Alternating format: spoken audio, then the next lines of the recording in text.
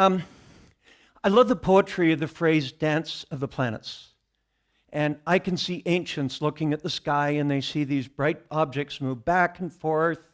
And sometimes I go higher in the sky, lower, and it was a real mystery. And it wasn't really until Kepler figured out what causes orbits and paths that there was an understanding. But there's a real poetry behind it. And I want to talk a little bit about my first experience with astronomy, other than as a kid where I enjoyed a little telescope. But about 25 years ago, Rosemary Kelch told me there was a telescope store in Schomburg. So I went to the plaza and went upstairs and went into this magical place by John and Suzanne Kidner, Perceptor. I don't know, has anybody here ever been to Perceptor store? Just a wonderful place, and they had eyepieces and books and charts and telescopes and more telescopes and more telescopes. What they didn't have is an awful lot of space to walk. It was really crowded. And when I got there, I waited for them to help other people, and then eventually Suzanne talked to me, and she asked me a question that I couldn't answer. What do you want to do with a telescope? And I know I wanted to get a better view of the universe, but I really didn't know what I wanted. So she said, why don't you go to the Erroneous Star Party that's 2 weekends from now? So I got my tent all organized and I drove up to near Camp Borden, and the first night just blew me away. Different people showing me different objects through their telescopes. Everybody's willing, you walk up, do you want a view? Yes, that's just the ethos of star parties. And then I learned new words. I had no idea what polar alignment was. Bad seeing. A pixel. I didn't even know what a pixel was 25 years ago, and people were talking about that. And then there were talks the next day, and Terence Dickinson talked about Mars. And he said that. And that blew me away. And I've been chained to astronomy for 25 years. He was wrong, though. He should have included. And that's part of my story, and that's where Frank really, really helped me. To talk about dancing, you don't just dance with your partner, but you dance compared to the room. So I sort of have to start. The Earth goes around the sun counterclockwise from above. All planets do. And let's say we're at the northern spring equinox. And in there, what we can do at the northern spring equinox, which is in March, we can see in the evening the stars of Taurus, Gemini, Cancer, etc., and all the Messiers there. If we want to, at midnight, we can look opposite the sun and we can see Virgo and its wonderful collection of galaxies that we can also see. And if we stay up all night, we can see constellations from Capricorn all the way through. And we can pretty well get all the Messiers. Now, I got 102. Did anybody get 110, all Messiers? Has anybody done in the same night? Yeah, I got them all, but not in the same night. Anyway, at the same time, then, we're looking through the sun, and the sun is in front of the stars of Pisces, and that's not that big a loss because there's not much interesting there. No, I shouldn't say that. Now, similarly, in the summer solstice here, when the sun is in front of my zodiac constellation, Gemini, and because the summer sun is high in the sky, Gemini is a constellation that's way north of the celestial equator. And conversely, in our winter, where the sun is in front of Sagittarius, and it's low in the sky, and it's below the equator. Now, let's get here. The ancients measured the length of the seasons, and they could work out the solstices by the position of sunrise, sunset, etc., and the equinoxes. And it turns out the spring and summer equinoxes or seasons are about 93 days long. The fall is 90, and the winter is 89. Not quite sure why, but it turns out that the path of the Earth around the sun is an ellipse, and when it's closer, perihelion, it's faster. So we get through winter faster than we do summer, although from the complaints I got this year, I'm not sure that's always true. The seasons, of course, are caused by the tilt of the Earth compared to the sun.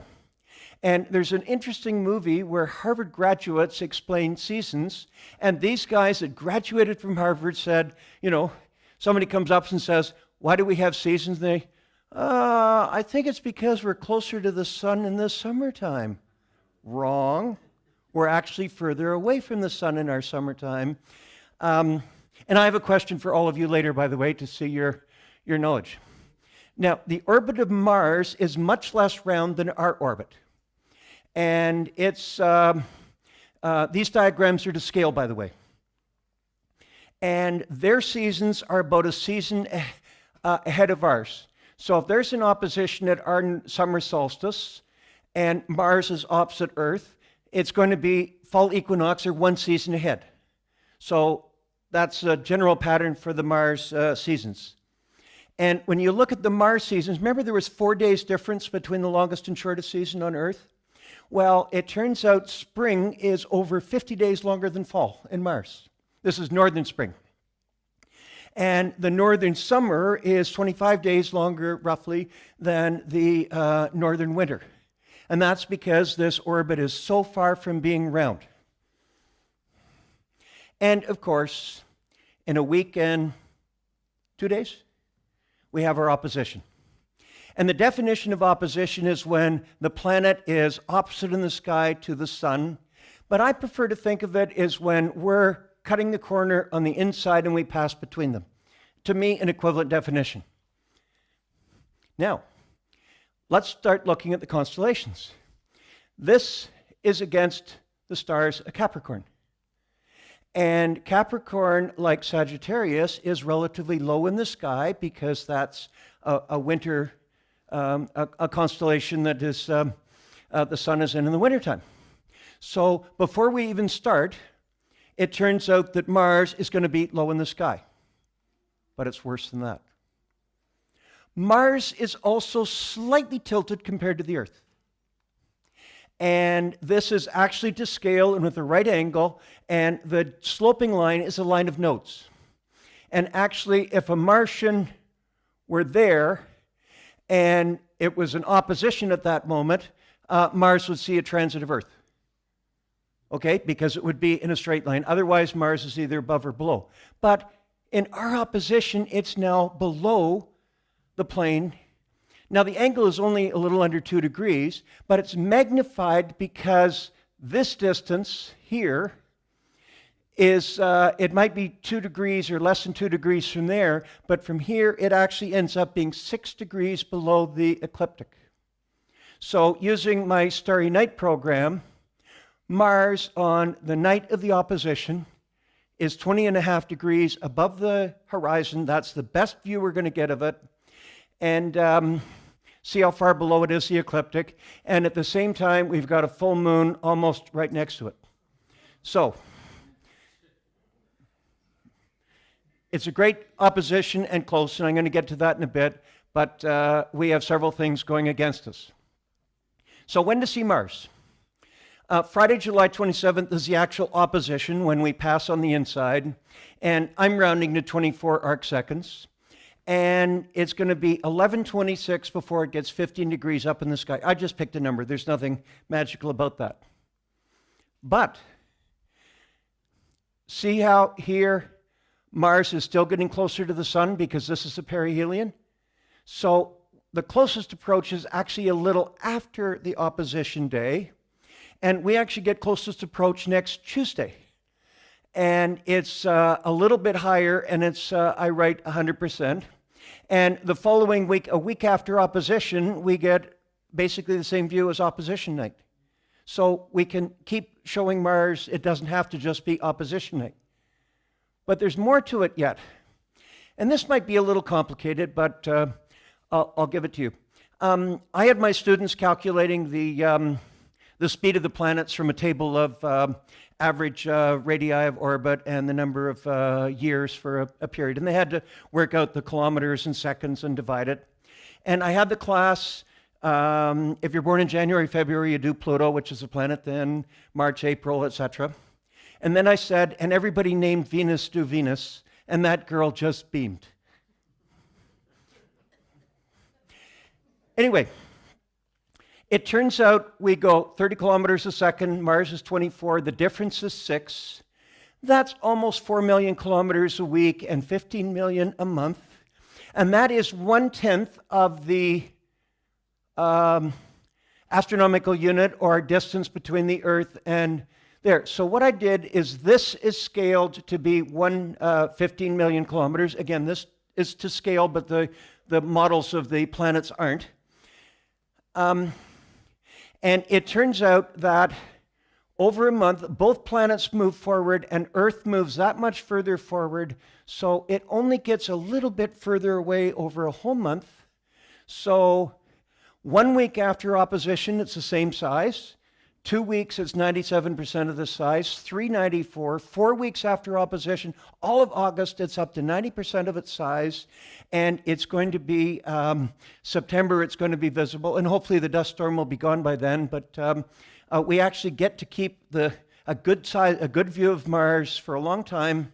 And this actually is a bigger version of Mars than the opposition Terence Dickinson was talking about when he made that comment that really grabbed me. Now, the next opposition. Mars' orbit is 1.88 years.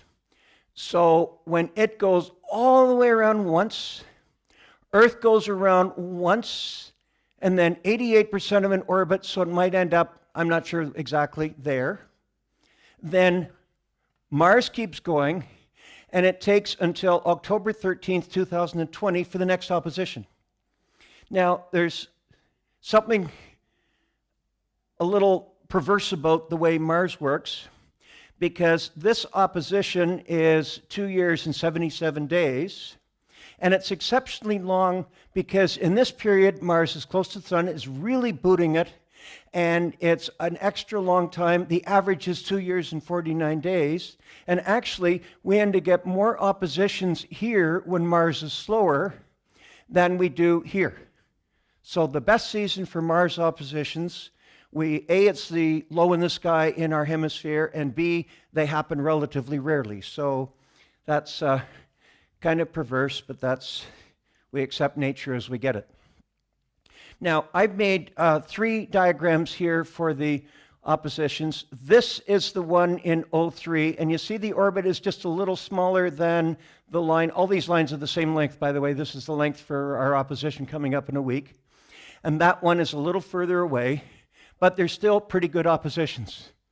So combining those, you see that the one coming up in 2 years' time is 92% as good, and the one in 2003 was only a little bit better than ours.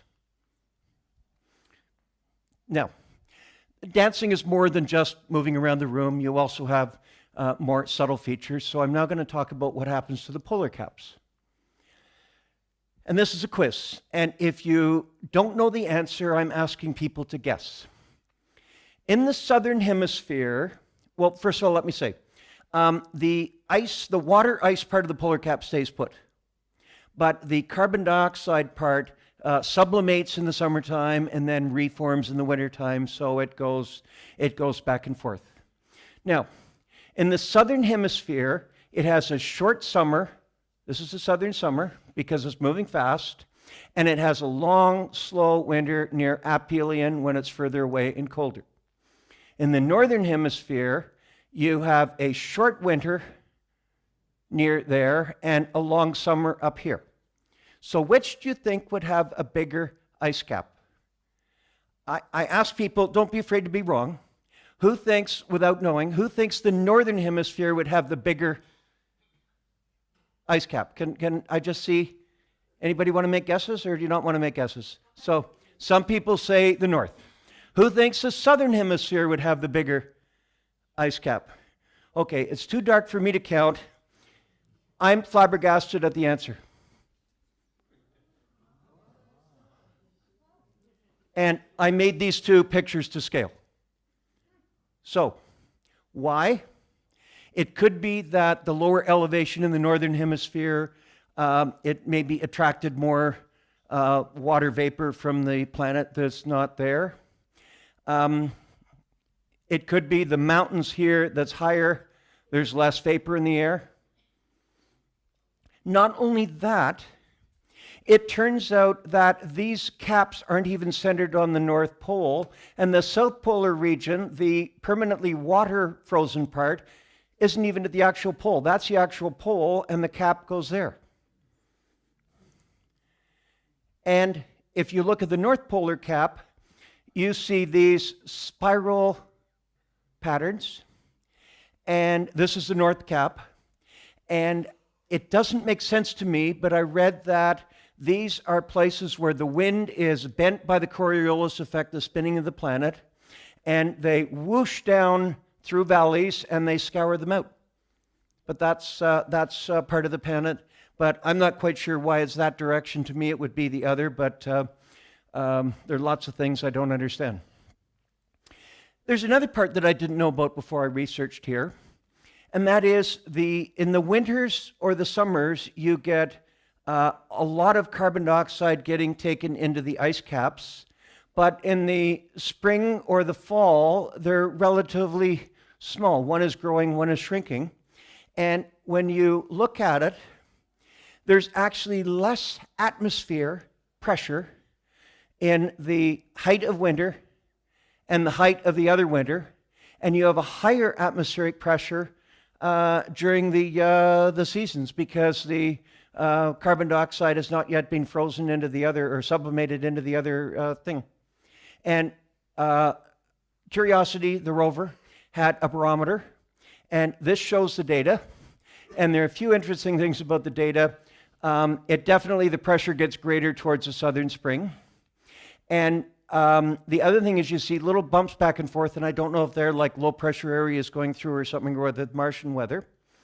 And I'm astounded at the difference in pressure between day and night, and how that affects winds, and are there strong winds near the terminator or sunset points? Maybe that's what stirs up the dust storms.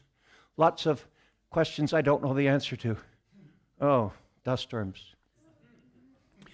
I've seen a number of pictures like this, and to think you're in a place and suddenly this wall of dust approaches you, it would be so scary. But I gather when it passes you, you just have dust all over you, but you can still breathe, etc., etc. But that would be terrifying for me to experience. This two pictures were taken, I think it's a week apart, in 2001, and just the planet suddenly got covered. Damien Peach, has anybody heard of Damien Peach? He takes awesome planetary photos, and he got time in a telescope in Chile. I think it was 2 meters in diameter, I'm not sure. And he got this picture, and notice how big the South Cap is. It's entering southern summer, but that's mostly carbon dioxide, and only a tiny bit is going to be water ice. And here's the sequence. I'll go back, and I think these are 2 days apart, and it's getting covered. Last night I got up at 4 in the morning, set up my telescope. Mars was already too low, and I couldn't see any features on it, and the seeing was not particularly good, and I couldn't see details, but I tried for this. Okay, when did dust storms start? It turns out that I got different dates, and most dust storms start in the southern, from the fall equinox or the southern spring equinox, but not all. The other thing is that, with one exception, there are never 2 dust storms in consecutive oppositions, which is good news for 2020, because this June 2001 dust storm was totally global, but 2 years later, in the big one in 2003, it was pristine and great. So we can hope well for the next one.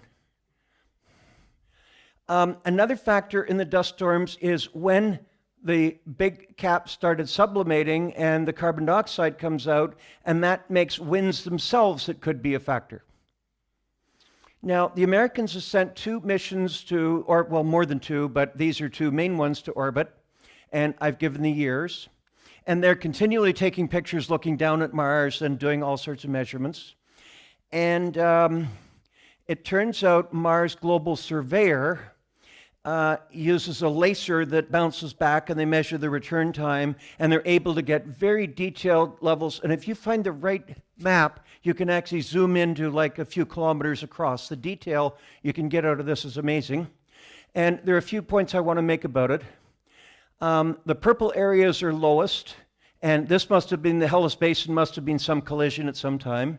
For some reason, the northern hemisphere is relatively flat and lower, which says something about the rock structure within Mars. I'm not quite sure why. And at one time, it looks like these volcanoes caused major melting and there were major floods. And these are low areas. And these 3 volcanoes, well, actually maybe 4. I think that was evidence at some stage there was plate tectonics on Mars. I'm looking at Chris to see if he's nodding or not. Because it reminds me of Hawaii, where you have a series of volcanoes that form over a hotspot. Now, this graph was in the paper that Frank found for me. And what they did is over a 6 Martian year cycle, they took photographs and they were able to find the dust storms, and they related it to the longitude of Mars, and I've given the seasons, northern, winter, etc. It turns out the green ones here, the height of this gives the area of the dust storm. Some of them start and then they very quickly fade. Some of them grow and they become global dust storms. It turns out the green ones are southern, which happen in the southern winter. And the black ones, with a few exceptions, the black ones are in the seasons where it would be the southern northern summer. So I found that a little bit surprising. And there are many more black ones than there are green ones. Now, I wasn't sure what caused dust storms, and I was asking Frank, and then I didn't bug him again because I knew he was busy with his talk. And I found some pictures of these dust walls that were taken from airplanes that are like 50 kilometers long. And originally I wondered if what's happening is a thunderstorm is sending a burst of air down and it blows out and it causes this, but thunderstorms aren't that big. So I wondered if it was a frontal storm. So hopefully I've got this right. This diagram is my effort to make a cold front. And what happens is the area here is cold air that is pushing forward. And it causes the less dense warm air to go across above it and cause clouds and rain. And I noticed during a front passage is you get a sudden fast wind. And that gust is the sort of thing that would raise dust. So they also took all this data to the source of the storm. And what happens is the red ones are dust storms that started by some frontal activity. The black is not frontal. I'm not quite sure what would cause those. And the orange are ambiguous, and it could be that, and an orange one, remember this is over 6 years, it's not 1 year. The orange ones, maybe the Mars was going the opposite side of the sun for us and we just couldn't get the data. So most of the storms are in frontal, and most of them are in the northern summer and northern fall, and this is still part of the research. Where do the storms mostly start? This is the most common source of the, oops, let me go back. What did I do wrong? This is the most common source of the storm. There are lots of dust storms that come from here. This is the main source of southern storms, but doesn't it make sense where you're lower, the pressure is higher, and a wind of a given speed is more likely to raise the dust? So there are various patterns. By the way, the dust storm that we're experiencing right now started from here, and somehow or other a storm was able to envelop the whole planet. And my understanding is northern storms don't go across the equator and become a storm in the southern hemisphere. Coriolis force and all that sort of stuff. it's kind of strange to me, and I think an awful lot of scientists are still figuring this out as well. Okay, I made this sketch, and this is the solid surface of Mars. And it turns out the surface, remember they have thermometers on the surface, it has cooler days and warmer nights, giving a lower average temperature, but not as much as I expected. Spacecraft find that during dust storms, you get a lot of water vapor carried to the upper atmosphere. And of course, the top of the dust layer, the sunlight coming in, when it hits it, it's much warmer than it otherwise would be. But MAVEN has found that there are much more loss of water and hydrogen from Mars during dust storms than there are in all the rest of the time. And remember, they have a dust storm maybe once every 3 seasons. So these are unfortunately now, but not that common. Now I'm going to end by talking about 2 oppositions, and I have Hubble pictures from both.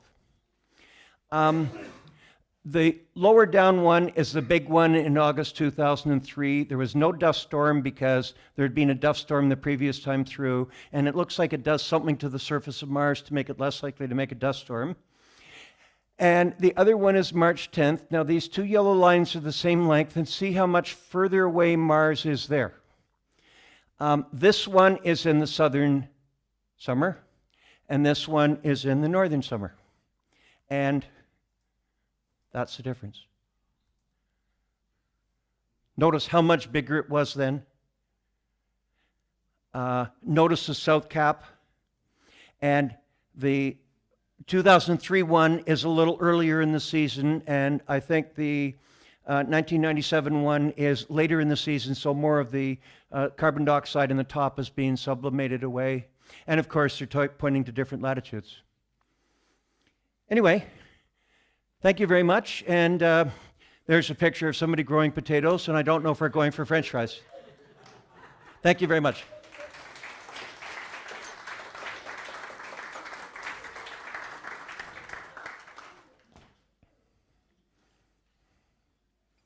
Questions for Ron? Ed. Okay, wait up.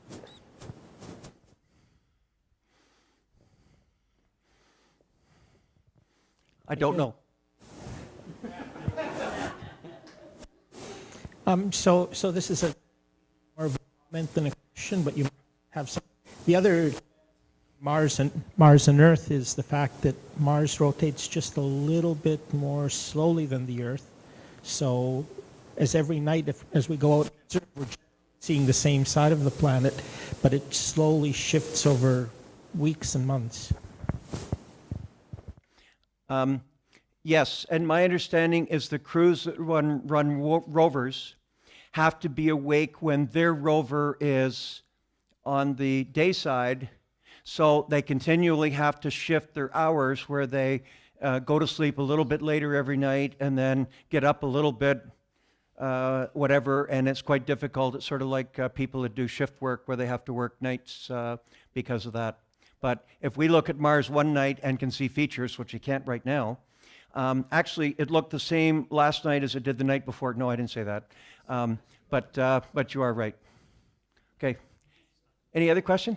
Oh, can you let somebody get a mic for you?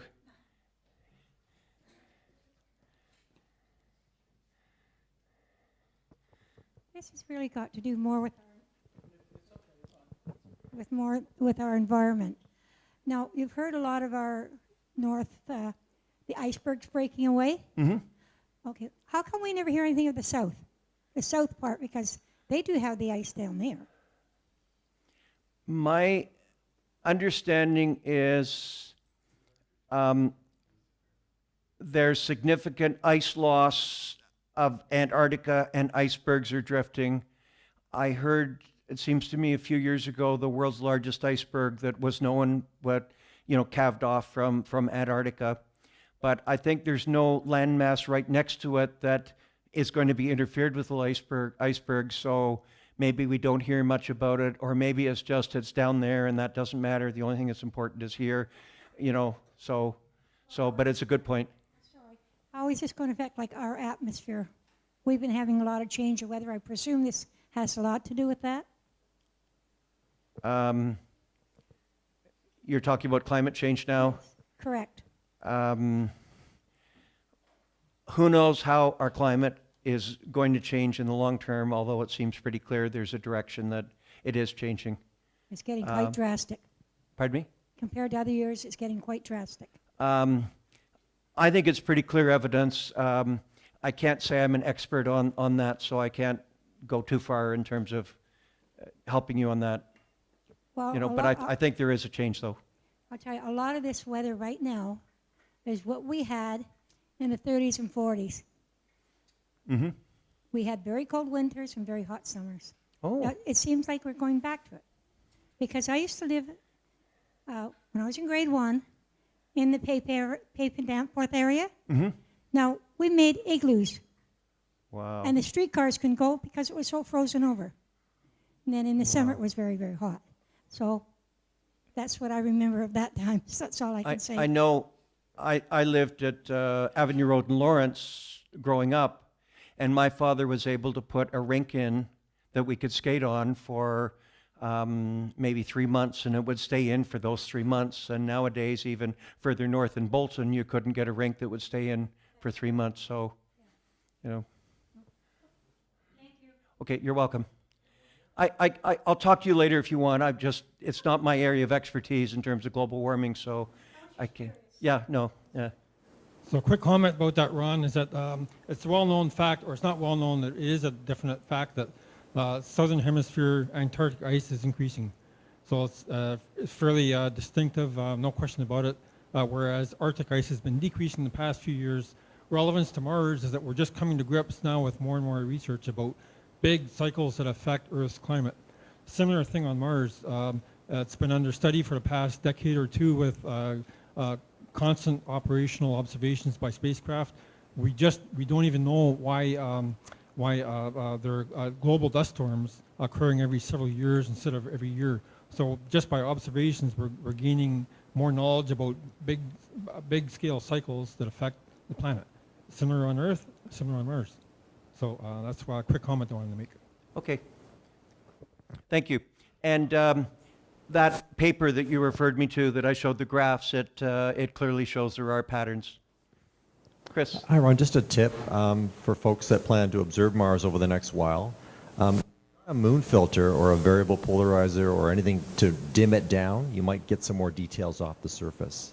And then you can bring in some color filters as well to enhance some of the surface features if the dust is not too harmful for us. I found a month ago the best details I could get were with a red filter. And Density filter, your moon filter on it, and it'll reduce the bloat on the planet and make it a little bit. yeah, more good point. It is quite bright, not just looking with naked eye, but in a telescope. It's a very bright thing in the sky right now. Too bad I can't see the details I'd like to see. Oh, Joel? Just I think. Do the dust storms make? Oh yeah, is it on? I think it's on. Yeah. Do the dust storms make Mars look brighter to us, or does it not affect that? I've seen a discussion about that, and it looks like some frequencies of light or wavelengths of light are brighter than they were before, but I can't remember which is which. But there was a discussion on that in the RASC's group, I think. Okay. And enjoy your chips when we go to the bar.